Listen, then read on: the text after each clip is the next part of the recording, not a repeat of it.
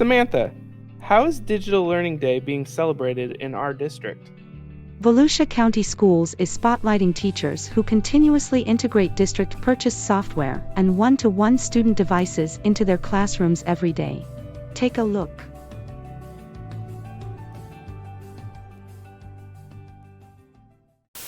Before we had one-to-one technology, I would do a lot of comprehension packets and center activities, and a lot of times students would lose their comprehension packets or they would lose the center materials. So it became very time-consuming and not as effective. Once we got our one-to-one technology, I began using Seesaw, Nearpod, and Google Slides.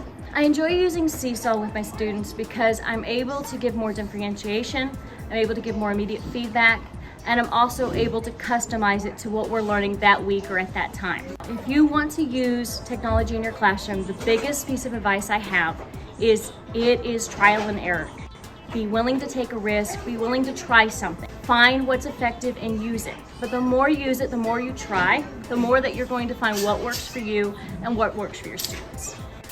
So before we were one-to-one, it was a big struggle because we were always trying to differentiate and do what was best for students. But now that we're one-to-one, we can differentiate anything, and it's very easy with all the different reports, and so we can become very responsive as educators. The number one piece of advice that I would give to anyone who is really reluctant to jump into technology is just pick one tool that you want to learn and try and master and practice that. You have a community of technology supporters standing behind you, but just start with one.